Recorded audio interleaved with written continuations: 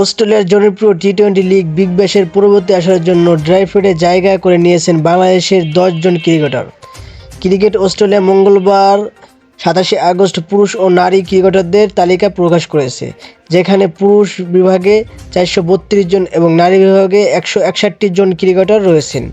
বাংলাদেশি ক্রিকেটারদের মধ্যে ড্রাফটে স্থান পেয়েছেন পেসার হাসান মাহমুদ এবং তানজিম হাসান সাকিব।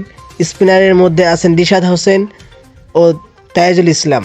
ব্যাটার হিসেবে রয়েছেন জাকির আলী, রনি তালুকদার, তানজিদ হাসান ও শামীম হোসেন। এছাড়াও অলরাউন্ডার মোহাম্মদ সাইফুদ্দিন ও নাম লিখেছেন ড্রাফটে। একমাত্র নারী ক্রিকেটার হিসেবে স্থান পেয়েছেন পেসার জাহানারা আলম। 1 সেপ্টেম্বর অনুষ্ঠিত হবে বিগ ব্যাশের প্লেয়ার ড্রাফট, যেখানে দলগুলো তাদের পছন্দের ক্রিকেটারদের বেছে নেবে। যদিও ড্রাফটে নাম থাকলেও বিগ ব্যাশে খেলা নিশ্চিত নয়, দলগুলোর বাছাইয়ের উপর নির্ভর করবে তা।